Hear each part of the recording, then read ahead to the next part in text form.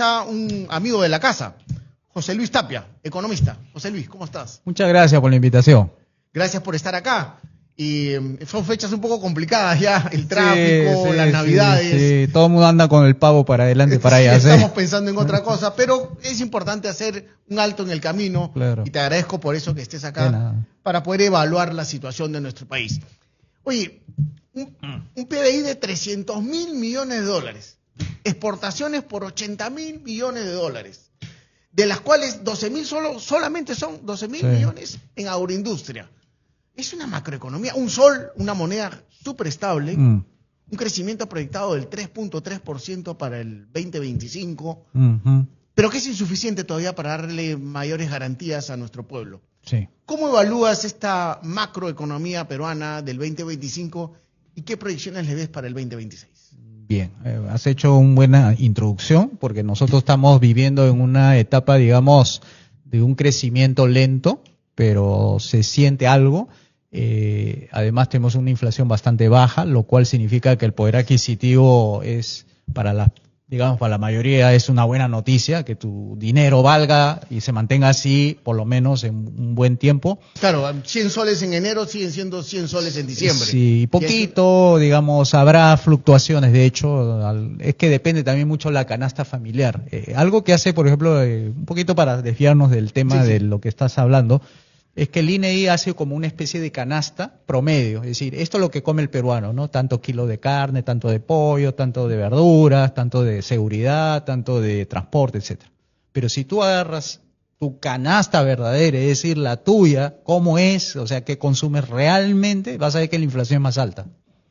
O sea, no todos sufrimos la misma inflación como pretende vendernos las ideas el gobierno. Los gobiernos se salvan muchas veces de ser criticado porque como promedia mucho, o sea, grandes números los promedia y los pone en un solo paquetito, entonces se salva de las críticas de las personas como nosotros que podemos comer, supongamos, más carne y la inflación nos afecta más que aquellos que no comen mucha carne, ¿no? O sea, carne de pollo que es más barata que la otra carne. Entonces ese promedio esconde mucho, por ejemplo, eso que nosotros hacíamos hace 4 años atrás, que uno iba al mercado y con 100 soles tú te llenabas una canastita de estos supermercados grandes, con 100 soles. Ahora ni con 100 soles llenas media canasta. O sea, eso te está diciendo el indicador de que no todo lo que es estadística es lo que realmente sucede en tu economía familiar, ¿no? Claro, entonces, a eso me refería con el tema de que a nosotros nos vamos muy bien en la parte macro, pero en la parte microeconómica, ahí los ingresos de las personas, ahí sí no es igual, ¿no? Ahí sí hay diferencias sustanciales, ¿no? Vamos a llegar a ese punto, porque es tal vez el punto más que la gente quiere saber. Oye, ¿cómo? Ya, okay, tú me hablas de números perfectos, me hablas de exportaciones, de oro, de agroindustria, y yo... Exacto. ¿Cuándo me llega a mí esa parte? Esa es la macroeconomía, por ejemplo, que mucho de la escuela austriaca critica, por ejemplo, ese aspecto, porque eso pertenece a un invento reciente de la economía como rama, porque como era antes, Adam Smith y todo lo que habíamos conversado hace un ratito, lo había tomado de un punto de microeconómico, es decir, tu economía, mi bolsillo, mis ingresos, y eso era todo, no había más que hacer en análisis económico, ¿no? Es decir, cómo le va a las empresas, cómo te va tu trabajo, cómo te va tu empleo, pero no había lo que se llama la macro, o sea, los promedios, lo global, las exportaciones y todo eso.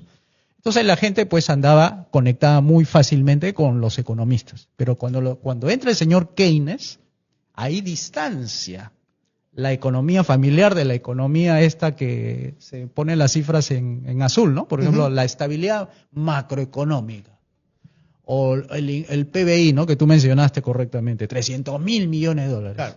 Pero cuando tú le preguntas las finanzas privadas de las personas, te vas a dar cuenta de que es otra cosa. O sea, mientras se preocupen en la estabilización de las cuentas fiscales del gobierno, no se preocupen de la estabilización de las cuentas personales de la población. Esa es la parte que yo veo que hay como un divorcio, y por eso me alegro por un lado de que algunas cuentas nacionales estén bien, pero no me alegro cuando veo que todavía la gente cuando va a comprar no le alcanza el dinero a fin de mes, ¿no? Esa doble vara con que se mide, esa doble de tener una macroeconomía solvente, admirada por el mundo, pero tener una clase política mediocre, una clase política que está gastando más de la cuenta. Así es. ¿Se está haciendo un seguimiento de cómo está gastando el Estado peruano?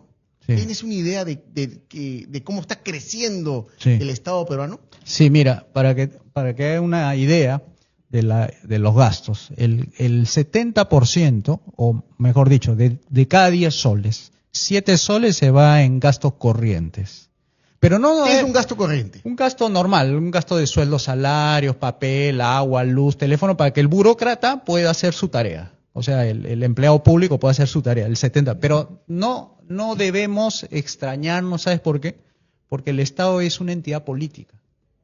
Paga favores políticos. Sí, y no es una entidad económica como en el sector privado hubiera sido de otra manera. Tú sabes que en el sector privado los dineros de los privados se cuidan mejor que los dineros públicos, ¿no? Entonces los que están administrando negocios hacen al revés las cosas. Dice, no, que en sueldo, salario, burocracia, administración, que me hagan los trámites no puede ser pues el 70% de los gastos de una empresa. Haz al revés, es 20 y 30, y el resto es gasto de capital, que sería el gasto en máquinas, equipo, herramientas, insumos. Entonces, cuando en el sector privado tú ves que 30 se va solamente en sueldos y salario y el 70 se va en lo que es producción pura, tú no lo puedes llevar no puedes extrapolar, o sea, sacar ese mismo número y ponerlo en el Estado. ¿Por qué? Porque el Estado no es una entidad económica, es una entidad política.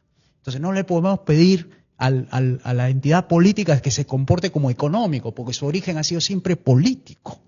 Entonces pedirle que no puede ser 70%, tiene que ser menos, que tiene que ser 60 o 50 de gastos, en este caso de carreteras, caminos, aeropuertos, puertos, toda la infraestructura. Eso debe ser el 50%, ¿no? Infraestructura, además que tenemos un déficit. Sí. Pero sí podemos exigirle que sea responsable. Sí. Eso sí. No me refería a eso específicamente, me refería a la proporción del gasto que se va, el gasto, digamos, del presupuesto público. Normalmente es así, es el 70%. Así funciona. Así es porque el Estado es una entidad política. Ahora, ¿qué es lo que tenemos que pedirle al Estado? Que se concentre en 3 funciones. Y ahí viene la parte liberal clásica, ¿no? O sea, justicia, seguridad y obras públicas. Claro. El resto... ¿Tú consideras un liberal clásico? Yo también soy un liberal clásico. Entonces, esas 3 funciones bien gastadas, infraestructura que hay obras públicas ahí, más seguridad y justicia, la gente va a estar contenta. Exacto. Porque ya los impuestos no se estarían cobrando con los niveles actuales que tú sabes, ¿no? Están 36 impuestos declarados por la SUNAT y vemos cómo se trabaja con el dinero, ¿no? De nosotros, o sea, no se hace. ¿Cómo está cuidado. El tema que querés hacer de las libertades económicas? ¿Cómo ve un inversionista? ¿Es fácil que vengan a invertir en el Perú? ¿Cómo está los trámites para hacer empresa en el Perú? Sí. Porque claro, parte de esta organización que nosotros tenemos como Estado es atraer capitales, ser buena gente con los capitales, para que la gente lo entienda. ¿Cómo está esta parte? Mira, ¿estamos siendo buena gente con los capitales? Uno tenía por lo menos la información de primera mano, tú lo sacabas del Doing Business del Banco Mundial, pero esa metodología la han cancelado. Dice, no sirve porque hay muchas discrepancias entre el número. Hasta lo último que se sabía, más o menos en el Perú para formalizar una empresa, te tomaba algo así como 256 días. Todos los trámites de hacerla en línea, digamos así. Ahora, yo no sé cuánto estará, si habrá aumentado, habrá disminuido, pero yo me guío un poco por la informalidad, ¿no? La informalidad laboral, la informalidad económica y todo, y yo creo que ha empeorado. O sea, quiere decir que más gasto del Estado implica más burocracia, más trámite, ¿no? Y ese tipo de situaciones hace de que la gente diga, no me conviene estar en la formalidad, porque ahora como han aumentado el sueldo mínimo a 1.130, entonces ya, imagínate, pago un asistente, lo pongo en planilla, yo gano 2.000 soles mensuales, se me va más en planilla y me queda solamente 700 soles para mí, ¿no? Entonces, no, dicen, prefiero informalizarme o no seguir la pauta del gobierno. Entonces, esa situación se ha vuelto más complicada ahora, yo lo veo así, ¿no? Pero no hay cifras así como antes, ¿no? Del Banco Mundial, ¿no? Hay un tema también que es interesante analizar, ¿no? Vivimos un boom ahorita por el mundo, cómo se está moviendo, de los precios de los minerales. Sí. Vivimos un boom también con el tema de la agroindustria, ¿no? mercados emergentes que crecen y que necesitan productos. Sí. Pero eso no siempre para siempre. No siempre el precio del oro va a estar donde está, no siempre el precio del cobre va a estar donde está. Entonces, ahora sí tenemos una capacidad de gasto fuerte porque nos está ingresando muchos dólares, pero en el camino, si mañana más tarde se acaba la guerra en Ucrania, si mañana más tarde se terminan de arreglar chinos y americanos, en 5 años a lo mejor los precios bajan 20, 30%, ¿y cómo van a estar nuestras cuentas? Sí, así es correcto. Esa es una parte que no estamos analizando con profundidad. Sí, es correcto, porque esto ya lo hemos tenido, este ciclo de los precios altos por la época del señor Alan García en su segundo gobierno. Tuvimos una impresionante, digamos, subida de esos metales, pero eso se correspondió con inversión privada, ¿no? Que eso era lo que había en ese momento. Pero ahora no es tanto así, pues. Que ahora, como hemos heredado toda una carga, digamos, administrativa, ideológica, incluso con que se cuestionaba el modelo, entró el señor Pedro Castillo. Entonces, desde Humala, para que más o menos se conozca. Se prendió el piloto automático. Ahí empezó el declive de ese aceleramiento. Tú como economista identificas ese gobierno de Humala como el inicio de la caída. Sí, se ve. Tú haces en economía se llama tendencia logarítmica. Agarras todo el PBI, su crecimiento, y ves los gastos del Estado, igual hace su tendencia logarítmica, y ves la tendencia como es en la economía, cómo va así, y luego en el 2011 va así, en caída. ¿Qué hizo Humala para eso? ¿Qué dejó de hacer en todo caso? No hizo reformas. O sea, debió haber acelerado las reformas, o sea, abrir más los mercados, privatizaciones, todo, y él hizo todo lo contrario, o sea, empezó a desalentar la inversión privada. No sé si te acuerdas eso de era agua sí, oro no, empezó y metió a gente muy especialista en crear burocracias, ¿no? Porque en Humala se creó una que se llama el MIDIS, el Ministerio de Inclusión y Desarrollo. Sí, y creo que también compró mucho la Agenda 2030, Así compró todo este tema progre, energías renovables. Y ese edificio del Banco de la Nación, ¿lo viste? Sí, claro. El centro de convención también, bueno, todo eso era gasto, despilfarro y todo eso. Talara, ¿no? Ahí está, la refinería, los 6.000 millones. Ahí está.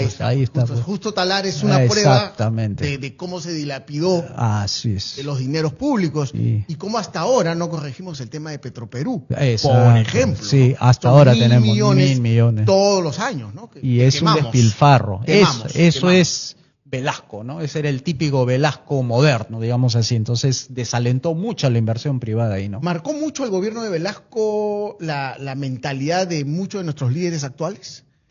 Sí. Hasta ahora. En la historia, en lo económico. Mira los planes de gobierno. Nadie cuestiona las 110 empresas estatales que todavía quedan. O sea, no es 2 o 3, son 110, yo los he contado. Las empresas del agua, por ejemplo, ¿no? No, que el agua es un derecho. Sí. Por otro lado, tienes empresas activos mineros. También ahí quedan todavía empresas estatales.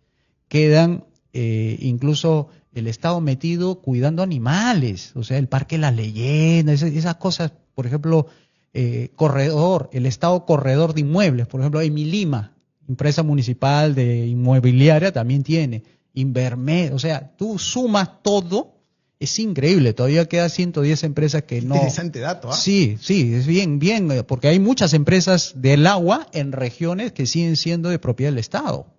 O sea, es un montón de dinero ahí, y con Petroperú y todo lo que tú quieras incluirlo.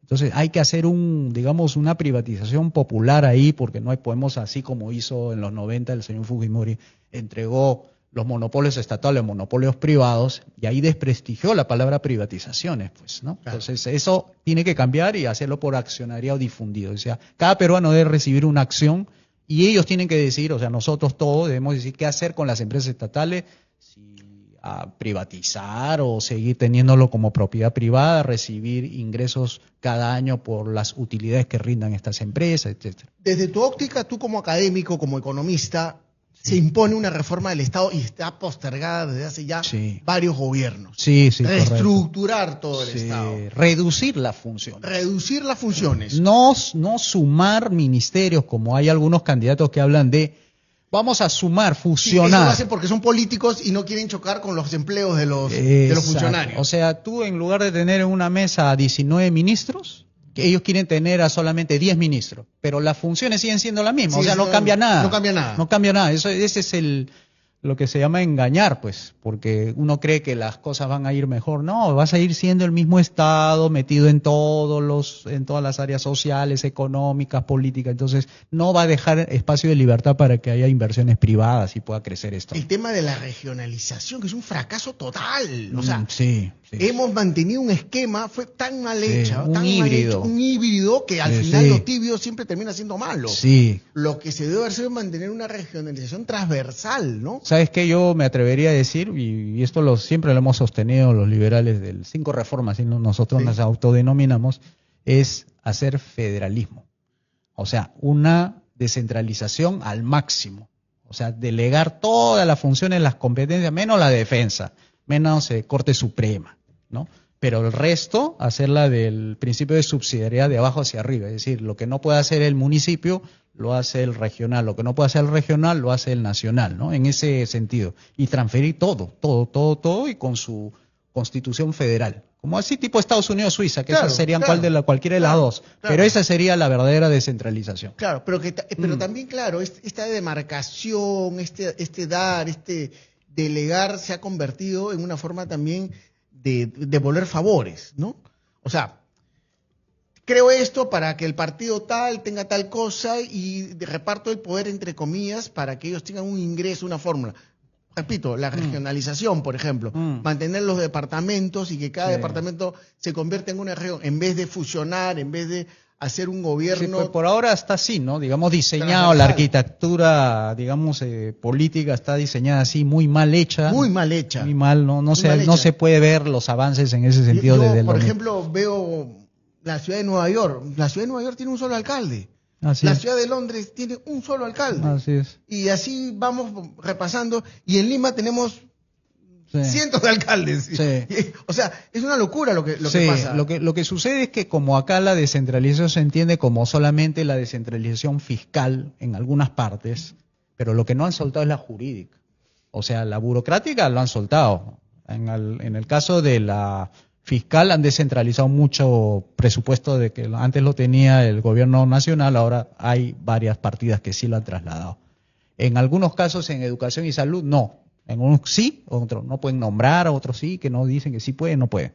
O sea, todavía hay ministerios que actúan por las regiones. Eso no es descentralización, tú tienes que darle todas, las tres por lo menos, ¿no? La burocrática, la política y la jurídica. La jurídica es la que no quieren soltar. O sea, que legisle bajo su propio marco de actuación, por ejemplo, Puno, que legisle lo que le puede convenir, y diseñarlo de un punto de vista institucional para que todos los estados compitan. Por ejemplo, Puno quiere volverse, por ejemplo, socialista. Entonces todas las inversiones van a correr de Puno hacia Cusco. De repente Cusco se vuelve derecha. Y las inversiones de Puno se pasan a Cusco. Y la gente que dice, bueno, pero los socialistas cobran muchos impuestos. Bueno, te pasas a Cusco, pues te cobran menos impuestos. Y si no te gustan los impuestos de Cusco, te pasas a Moquegua o Tata. O sea, la idea es que la gente se pueda movilizar como las inversiones de estados a estados, para que el que quiere ser socialista ya va a probar de su propia medicina. Al final lo van a abandonar. Porque así es la historia. La historia dice, con los pies se vota. O sea, uno agarra y dice, no me gusta mi país, me voy. Y muchos peruanos se han ido. Ahora, yo sé que es bastante prematuro ahorita. Yo no, hasta ahora, estamos muy embrionarios. Esto recién va a empezar con fuerza la campaña en enero. La quincena, tal vez, después que la gente termine las fiestas. Yo no he escuchado hasta ahora ningún candidato de derecha o de izquierda hablar de reforma del Estado. He escuchado a candidatos hablar de fusionar. Sí, es correcto. ¿No? Que es una engañamuchachos, pero no he escuchado a alguien serio. Sí. Y acá me ponen en el chat que Spa, que López Aliaga, ni siquiera ellos, supuestamente. Hablan de reforma del Estado, hablan de reforma de los ministerios, pero no hablan de disminuir las funciones del Estado, porque son 19 funciones. Exacto. Y eso es lo que hay que reducir. Tú sabes que la función nuestra es intentar educar, intentar llevar un mensaje al potencial elector. Eso es lo que tenemos que buscar, que un candidato nos diga, quiero redefinir el Estado. Así es. Quiero un Estado más ágil, moderno. Eso hasta ahora no se ha escuchado. No hay, pues. Y tienen miedo de decir privatización. No vamos a privatizar la educación. No vamos a privatizar la salud. No vamos a privatizar la agricultura. Así con miedo lo dicen. O sea, así que va a ganar la derecha. Entonces lo que hay que hacer es un poco explicarle a la gente de que cuando tú dices privatizar es devolverle la libertad a las personas, porque es capacidad de elegir.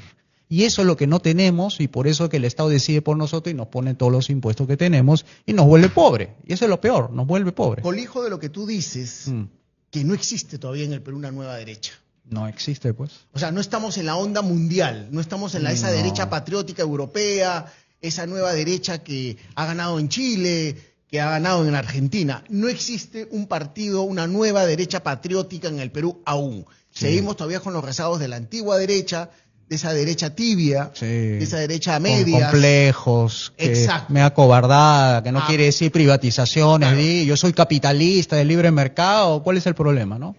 Estamos todavía en esa tibieza. Esa tibieza, ¿no? No quieren decir, no hay que privatizar. No, yo no he dicho privatizar. Y mira que lo he visto hasta en Spa, que ha tenido hasta que él ha sido un liberal. Sí. Acuérdate que él era de los jóvenes turcos en su momento, de la misma promoción de Gersi, papá, en fin. Y él ahora está tibio. Sí, pues no quiere está decir. del todo convencido de que tiene que asumir un rol de derecha, es decir, el estandarte de la derecha, de la privatización, de la reforma del abrirle Estado. el mercado. Nada de eso. Nada, acá no hay una ley. Sí, no, yo quiero privatizar Sedapal, yo quiero privatizar los colegios, yo quiero entregarle. Sí, porque tienen pues ese problema, ¿no? De que van a perder votos. Si lo digo, pierdo votos. O sea, está por encima los votos que los principios, ¿no? Ahí Pero está. no están leyendo bien al Perú.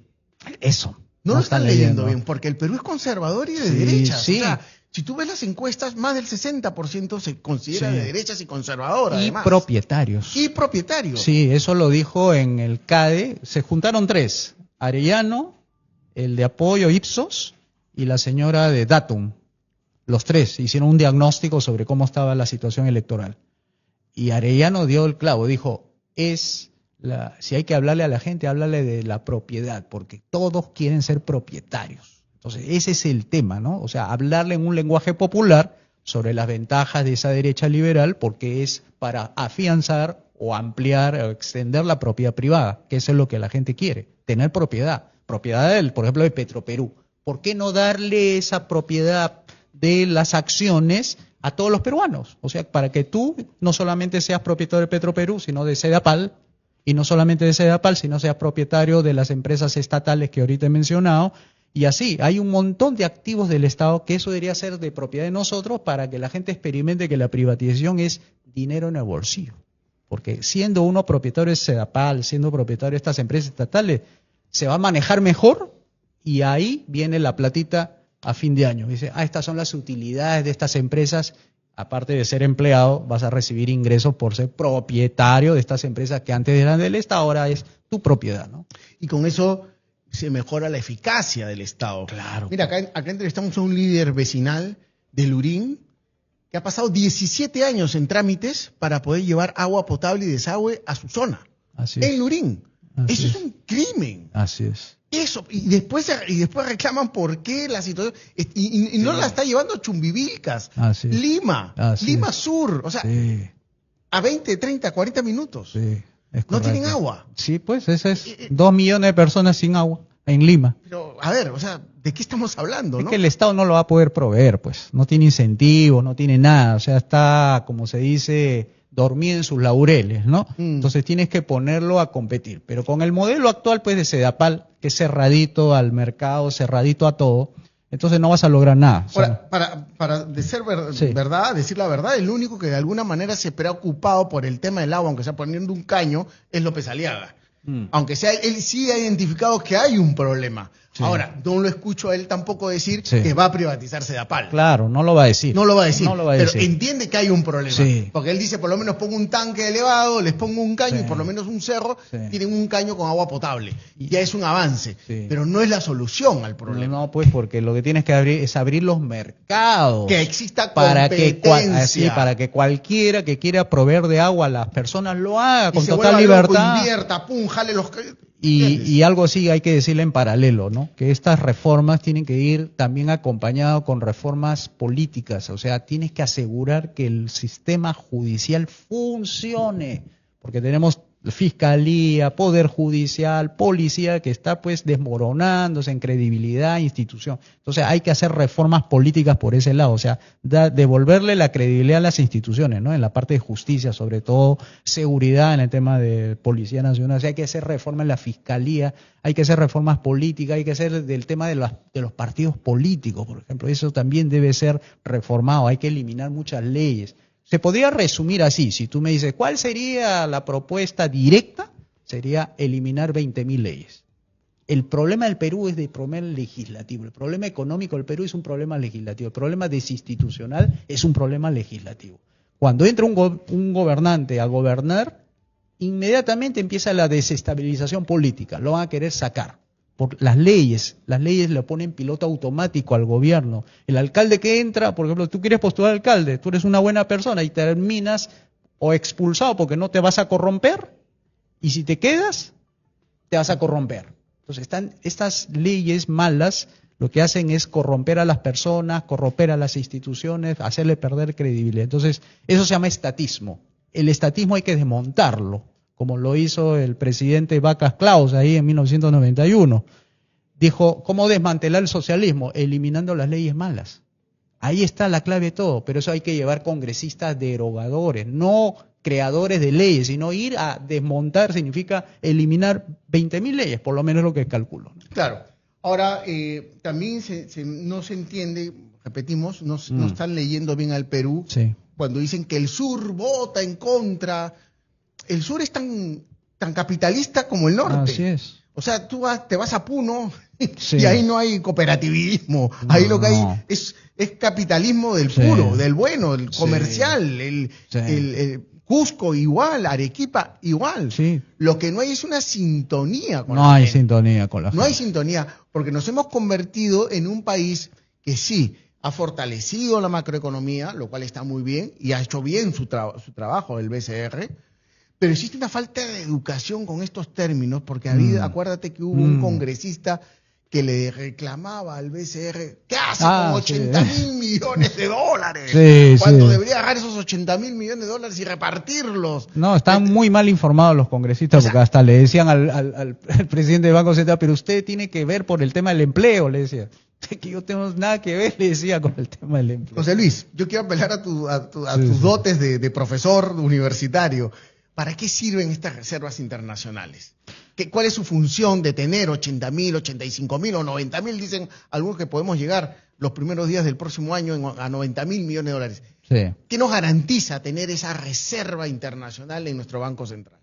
Bueno, estas reservas realmente vienen de dinero privado. O sea, estos dineros no es, digamos, del Banco Central como tal. Lo que hace el Banco Central es comprar dólares, por lo general compra esa divisa, y lo que hace es tener esa cantidad de dólares, por algún momento tenga que utilizarlo, por ejemplo, cuando el dólar sube, entonces sale a vender para que el dólar baje. La famosa flotación sucia. Sí, exacto, ¿no? O cuando se cae, por ejemplo, ahorita, sale a comprar. Entonces necesita instrumentos de política monetaria. Pero eso se corrige, ¿sabes por qué? Porque en el liberalismo clásico nosotros no creemos en bancos centrales.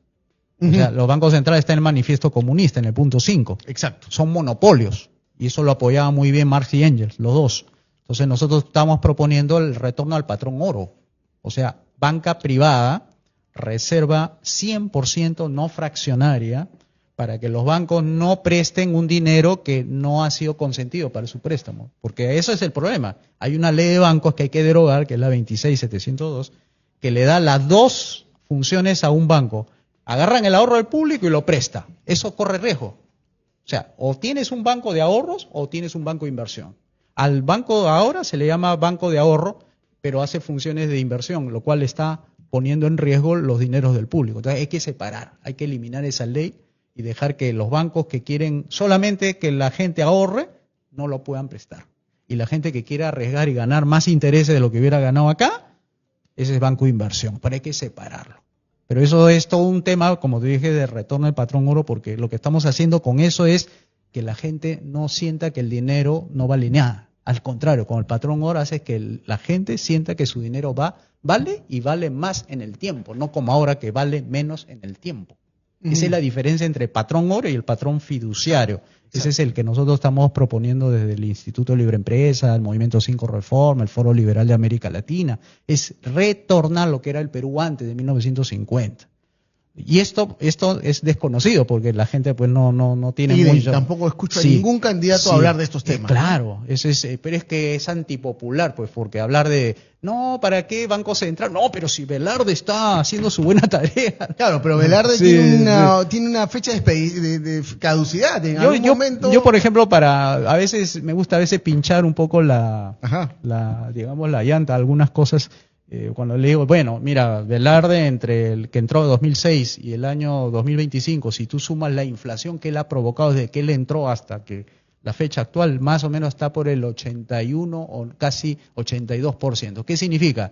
Si tu dinero era 100, ahora vale 20. O sea, ya no compra lo mismo con Velarde.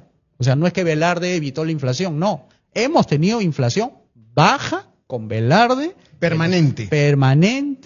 Pero tu dinero con Velarde no es el mismo que cuando tú hubieras dejado tus 100 soles, ahora valen 20. Claro, y mantener esa estructura es siempre una tentación.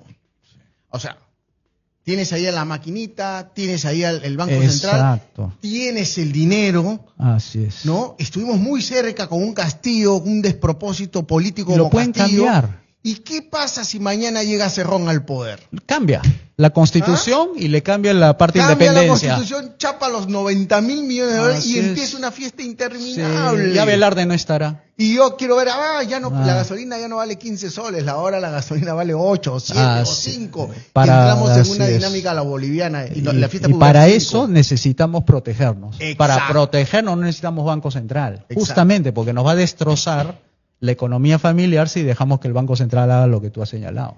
Exacto, esa es la tentación. Esa es la tentación. Por eso que, por ejemplo, en el caso de Milei, quería desaparecer del Banco Central. Así es como debe ser. Porque claro, lo puedes hacer funcionar bien un tiempo, pero siempre hay un Kirchner, siempre hay un Castillo, siempre hay un Cerrón, siempre habrá un Petro o un Maduro, esperando el momento para tomar el poder, cambiar la Constitución y agarrar ese dinero y empezar una fiesta interminable. Sí, por eso que cuando hagan elecciones, que siempre miren a candidatos que vayan por esa tendencia, ¿no? Que sea liberal clásico, el patrón oro, mercados, privatizaciones, todo, porque es la mejor carta de seguridad que puedes tener, ¿no? Claro. Así como hay uno que uno paga seguro contra accidentes, uno puede pagar también su seguro contra el futuro, contra un futuro malo. Entonces tú tienes que elegir bien. Entonces, con esas propuestas, lo que tú estás tratando es asegurar tu futuro para no irte del país. Exacto. Sí, así es. Ahora, justamente estamos hablando de todos estos males, en buena salud, pero con achaques que tiene el Perú, con posibilidades que si no se cuida, podría recaer en algunas enfermedades, pero ahí estamos ahí. Sí. Pero tenemos un vecino, Bolivia, que acaba de tomar decisiones. Déjame decirte que yo, Rodrigo Paz, lo considero un tibio también, un típico centro-derecha, centro-izquierda tal vez, pero que no tenía muchas alternativas tampoco, ¿no? Lo del socialismo del siglo XXI, lo del MAS y lo de Evo Morales ha sido lapidario para el vecino país. Se fumaron, se tomaron, se comieron todo. No tienen ni 3.000 millones de dólares de reservas en su Banco Central de Reserva. Están pagando o venían subsidiando los combustibles. Y ha hecho la lógica, tampoco es que sea un genio, simplemente ha sincerado la economía. Así es. La pregunta era cómo lo iba a hacer, si iba a ser a largo plazo, en partes, o lo iba a hacer como hicimos nosotros en los 90, a la mala. No, ahí cometió un error Rodrigo Paz, porque debió haber hecho lo que hicimos nosotros en los 90. Claro. O sea, nunca puedes tú anticipar tus medidas porque la oposición se va a unir para justamente bloquear tus iniciativas. Ya la central minera creo que se ha pronunciado al respecto diciendo que van a realizar una huelga indefinida y no sé cuántito. O sea, esa es la típica cuando tú haces las cosas de a poquito. O sea, tu capital político se te va en un ratito por hacer esas medidas tibias, cortoplacistas, cuando debes haber soltado pues todo el paquete de una sola vez. O sea, si tenía un problema Bolivia era de primero hacer ajustes, eliminar subsidios, sacar control de precios, todo lo de los 90. Nosotros lo que pasa era hacerlo de golpe, de una sola, en una para no darle a la oposición carnecita para que te tumbe toda una sola dosis. Una sola dosis y inmediatamente hacer reformas. Las dos cosas casi simultáneamente. Porque si haces ajuste, te ocurre lo de Argentina. Argentina está viviendo el ajuste. Se le está cayendo el sector productivo. No tiene Exacto. Entonces, él necesita, Rodrigo Paz, tener una mayoría o que forme la coalición para las reformas. Y si puede, que amenace al Congreso, ¿no? Porque al final, pues, el boliviano pues tiene que tomar decisiones ya, pero de una vez. Porque esto de alargar la agonía, de hacer los subsidios de a poquito y luego vendrán los precios, eso se va a quedar en el camino. La sociedad boliviana es muy complicada. Pero hay que hacerlo, hay que hacerlo, porque no puedes tú hacerle de a poquitos.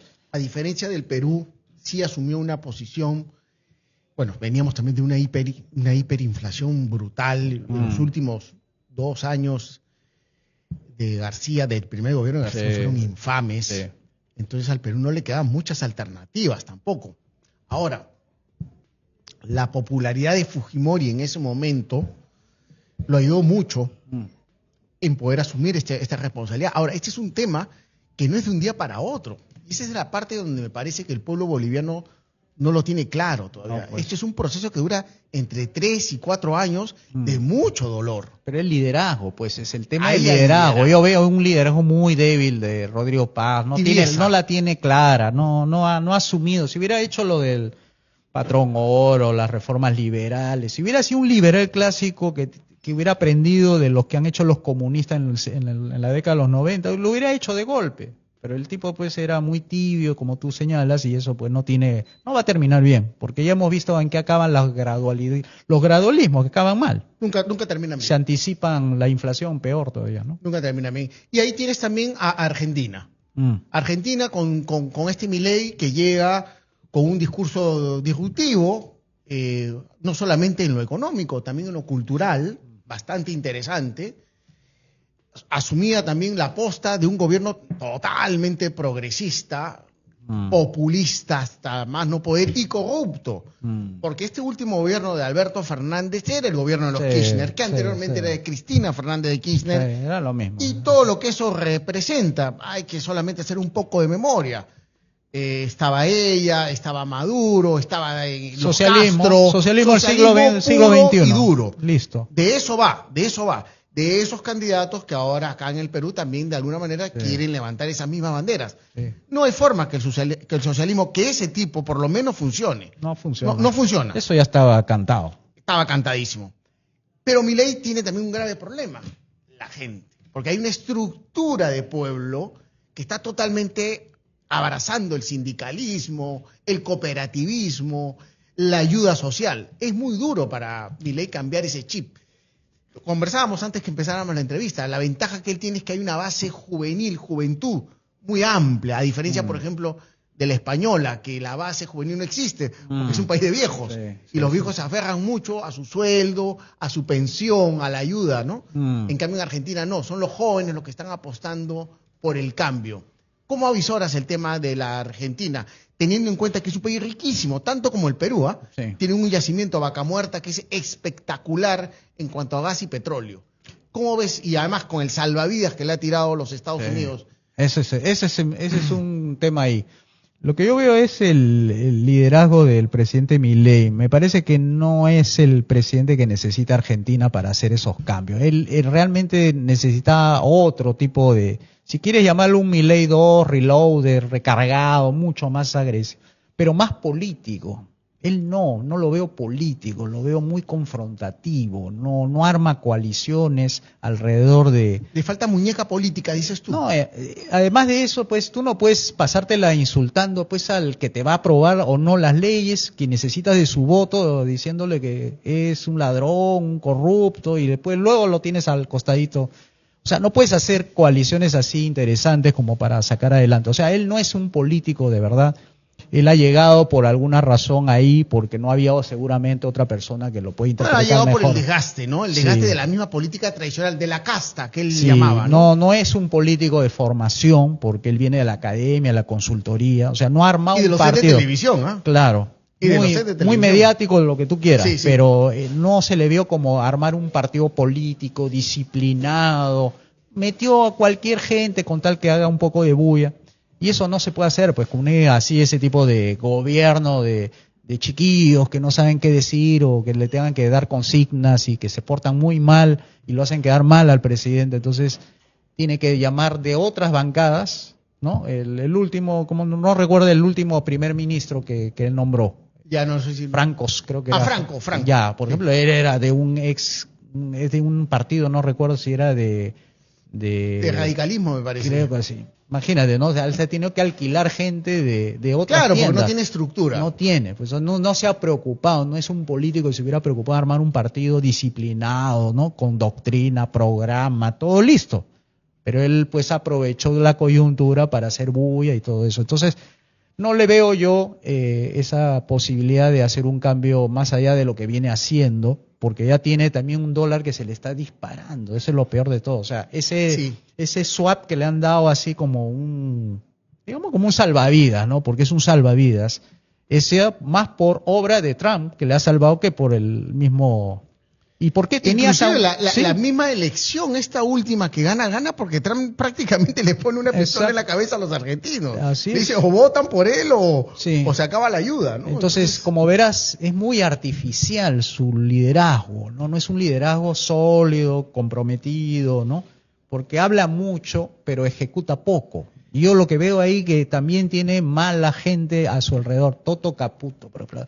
Él ya está repitiendo lo que ya hizo anteriormente frente al Banco Central, está repitiendo la misma fórmula de que anclar el tipo de cambio, los precios, para que de ahí se pueda normalizar todo, es una medida bastante desacertada, sobre todo cuando no tienes la credibilidad necesaria, porque tú sabes que hay un montón de miles de millones de dólares que no vienen a la Argentina, no llegan y están en Miami esperando de que las cosas cambien, ¿no? Porque no confían en el gobierno. Ya pasamos la mitad de su gobierno y todavía no liberaliza el tipo de cambio. No viene, no puede. O sea, está atrapado porque él mismo dijo, yo voy apenas voy a abrir el tipo de cambio, el peso ya no va a ser la moneda. El dólar es la moneda. Entonces, su propio verbo le ha jugado en contra, ¿no? Son las 11:17 de la mañana, estamos en vivo, estamos con José Luis Tapia. Por favor, si quieren hacerle una pregunta a José Luis en torno a la economía peruana, estamos dispuestos a escucharlos. Pongan like, por favor, compartan. Estamos en vivo, estamos haciendo un análisis de la geopolítica económica de nuestro hemisferio, de Sudamérica y del Perú.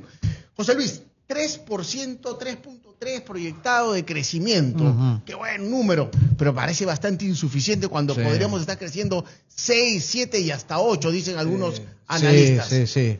¿Qué está pasando con el Perú? ¿Por qué no estamos creciendo como ya hemos hecho un pequeño análisis? Un Estado que hay que hacerle reformas, pero hay cosas que funcionan, como por ejemplo la agroindustria. Está funcionando muy bien, tenemos inversiones muy buenas en agroindustria, tenemos lo de Chancay, tenemos 23, 24 tratados de libre comercio, tenemos cosas buenas. ¿Por qué esto no cae a las grandes mayorías, a los más necesitados? ¿Qué está pasando? Porque tenemos esa enfermedad en el país que se llama estatismo. Estatismo es la enfermedad del Estado. ¿Qué es la enfermedad del Estado? Cuando el Estado hace muchas cosas y no las sabe hacer bien todas. Por ejemplo, estatismo es dedicarse a hacer funciones que no le corresponden. Por ejemplo, educación, salud, deporte, cultura, todo eso. Entonces, cuando eso ocurre, necesitas leyes para que eso ocurra. No es que el Estado se le ocurrió al gobernante, no, ha tenido que necesitar leyes para que ese Estado se expanda y pase de... Tú sabes que en la época de Leguía habían solamente 4 ministerios, ¿no? Sí. Entonces, para que crezca esa cantidad de ministerios ha tenido que aprobarse leyes. Y esas leyes han sido aprobadas por el Congreso. Entonces, ¿qué necesitamos? Eliminar esas leyes para eliminar el problema, eliminar la enfermedad, porque el causante de la pobreza no es la ausencia de inversión privada, es el estatismo que ahuyenta la inversión privada. Ese es el tema, hay que eliminar ese Estado sobredimensionado y tenemos que concentrarlo solamente en 3 funciones: justicia, seguridad y obras públicas. Cuando tú haces esa reforma política, económica, educativa, salud y pensiones, ocurre un fenómeno así concreto.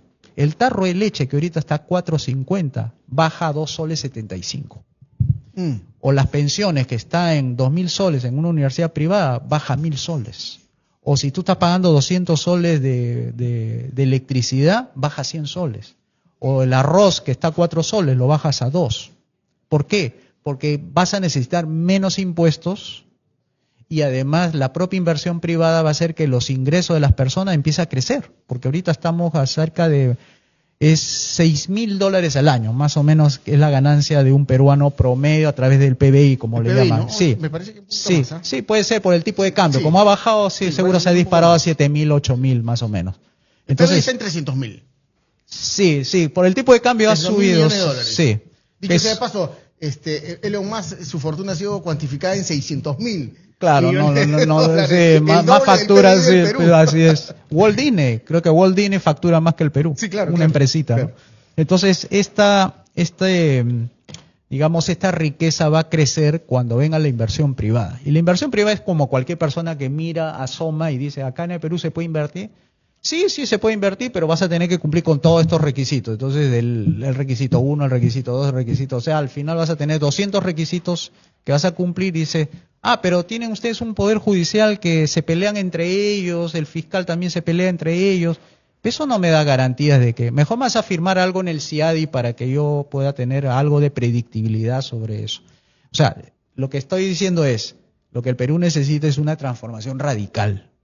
Porque si lo hacemos de a poquitos como proponen ahorita los candidatos, no hay que privatizar, no hay que desregular, que apenas hay que fusionar, hay que crear algunos superministerios, todo es tibio. Todo en tibio. Sí, cuando la gente está reclamando cambios drásticos, o sea, cambios de verdad que por una sola vez, eso sí, una sola vez, que no tenga que estar luego corrigiendo en el camino.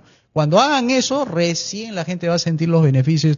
Inmediatamente, esto es lo que acabo de decir. Macro que estamos hablando, sí, lo van a sentir. Van a sentir los precios, porque los impuestos ya no van a ser 36, van a ser 1. La propuesta es que solamente el IGB, el 18%, nada más. Y no tengan que pagar ni siquiera el impuesto a la renta de primera, ni de segunda, ni tercera, ni cuarta, ni quinta. O sea, una empresa privada no tendría por qué pagar el impuesto de tercera categoría.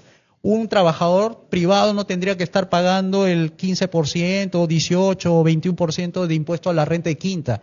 Un médico, un profesor o alguien que factura por recibo honorario no estaría pagando ningún impuesto ahí. Igualmente que tiene propiedades de casas, no tendría que estar pagando ni el alcabala ni ningún impuesto. O sea, sería libre de impuestos en la renta. El único impuesto que pagarían sería el IGB, nada más. Es 18% y punto. Por eso se caen los precios. Cuando digo claro, que cuando tú eliminas los impuestos se caen los precios. Ya no pagarías tú el azúcar 4 soles, pagaría 2. Las pensiones de enseñanza ya no estarías pagando 2.000 soles, pagarías 1.000. El agua, la luz, el teléfono, que estarías pagando 200, estarías pagando 100. Eso se llama revolución de derecha, pues. Claro. Eso es una verdadera y revolución. Más las privatizaciones para que tengas más ingresos y no Exacto, solamente de empleados, vas a tener exacto, más capitalismo. Claro. Tiene gente que no tiene agua en Lima, en la ciudad capital, y un Estado que no te la pone desde hace años, porque toda la vida ellos han tenido el monopolio del agua. Claro. Tienes que abrir el agua y que una empresa privada te ponga el agua. Claro, vienen es tan simple como eso. Por eso que necesitamos esas reformas económicas para que los ingresos suban, para que no digan, no, pero ustedes quieren privatizar, hace que los precios del agua suban, pero la gente no tiene para pagar. No, pero es que se hace la reforma del libre mercado para que los ingresos suban de la gente. Baje los precios, te va a sobrar dinero y vas a poder pagar el agua. O sea, ese es el esquema que, digamos, hay que explicarle para que la gente mire, ¿no? Decir, pero voy a pagar un agua más cara, sí, vas a pagar un agua, pero vas a tener más ingresos de lo que no tienes ahora. Eso es la promesa, ese es el libre mercado. O sea, el libre mercado no se queda con tus actuales ingresos. Si ahorita en Qatar ganan más o menos como $120.000 al año, y siendo una economía de dos fuentes, ¿no? Turismo y gas, petróleo, etcétera. ¿Cómo ganan tanto ellos? Porque son más capitalistas. Ganan más porque ellos permiten la inversión privada, permiten que crezca la economía. Entonces, si tú permites eso, ¿por qué en el Perú no puede ganar tan bien como se gana en Qatar? Si $120.000 al año. O sea, más o menos son $10.000 mensuales. Son como 33.000 soles mensuales. Eso se puede lograr si ya lo está haciendo un país que ni siquiera ha aplicado las reformas liberales. Y lo está logrando. Exacto. Bueno, mira, si nosotros lográramos hacer una real reforma del Estado y lográramos, entre otras cosas, concretar todos los proyectos mineros pendientes. Eso, sí. Y ampliar nuestro horizonte agrícola de tierras para agroindustria al 1.000.000, que tranquilamente lo podemos hacer, está en nuestras manos, la pobreza podría descender a menos del 10%. Claro, si nosotros nos alegramos por la inversión de Chancay, nos alegramos por una sola inversión en un puerto, imagínense cuando se abra el mercado y digan, bueno, cualquier inversión que del mundo, pueden venir al Perú, inviertan, y no le vamos a pedir ningún permiso. Porque esa es una de las que no se le explica mucho a la gente, es que con este modelo de libre mercado pueden poner cualquier persona en una empresa y no tiene que pedir ningún requisito a la municipalidad. ¿Por qué? Porque el Poder Judicial se hará cargo de eso. O sea, si la gente siente que alguien le estafa, alguien se queda con su plata, no le paga al trabajador, va al Poder Judicial, pero un Poder Judicial reformado. Ya no habría reguladoras, por ejemplo, ya no habría Indecopi, ya no habría OCIPTEL, ya no habría permisos de la minería, los 200 trámites que a veces tienen que hacer ellos, no se le pasarían 5 años frente al ministerio, no habría Ministerio de Energía y Minas, no habría OCINERMIN, seríamos un país libre, la gente podría poner un negocio al día siguiente si lo quiere, con solamente el registro notarial y punto, va a la entidad SUNAT y se registra y punto. Pero ahí hay una variable que no estamos analizando, yo concuerdo contigo lo que está diciendo, hay una variable que no estamos analizando y sopesando en su exacta medida, ¿no? La corrupción y la mediocridad de nuestra clase política. Desciende completamente, porque le has quitado justamente todas las herramientas del corrupto para que no corrompa, pues. Porque cuando tú rescindes al Estado y solamente lo focalizas en justicia, seguridad y obras públicas, ya le quitaste todas las otras que antes... tú quieres poner un negocio, ¿cuánto hay? Le dice el municipio, ¿no? Le dice, ¿cuánto hay para que tu expediente te lo pueda aprobar? Eso ya le quitaste, porque ya no regula la economía. La economía se autorregula y solamente el Poder Judicial castiga al que engaña, al que pretende quedarse con el sueldo del trabajador. Ahí el Poder Judicial, que se la vea con el Poder Judicial. Esa es la idea, ¿no? Listo. Oye, José Luis, ha sido un placer conversar contigo. Muchas gracias. Ha sido una clase de liberalismo clásico, el cual yo suscribo plenamente y esperamos que ustedes puedan también exigir a los candidatos a la presidencia el 2026 que planteen estas cosas. No solamente va el tema de seguridad, también va de la gran reforma del Estado que se necesita. Creo que el kit del asunto no es tanto poner policías en la calle, sino hacer las reformas necesarias para que esa seguridad funcione realmente. No tenemos inteligencia, no tenemos una serie de cosas que nos hacen falta y justamente una reforma del Estado, reducción del aparato, reducción de impuestos, hace que el Estado sea más solvente y destine mejor sus fondos. ¿Para beneficio de quién? De todos nosotros. Sí. José Luis, nuevamente, muchas gracias. De nada, muchas gracias a ti, una gran Navidad. Igualmente. Seguramente vamos a seguir conversando el próximo año ya sobre economía y sobre lo que necesita el Perú. Hay que hacer un análisis de todos los candidatos. Y como lo dijo muy bien José Luis, hasta ahora no hay ninguno que esté planteando estas cosas. Ni Spa, ni López Aliaga, ni Williams, que parece ser que se va a inscribir a la candidatura también presidencial. Ninguno de ellos, y menos la izquierda. En realidad ellos están por chapar todo el dinero que puedan para armar un gran dispendio, una gran fiesta. Muchas gracias, señores. Nos vemos mañana. Gracias nuevamente. Hasta mañana.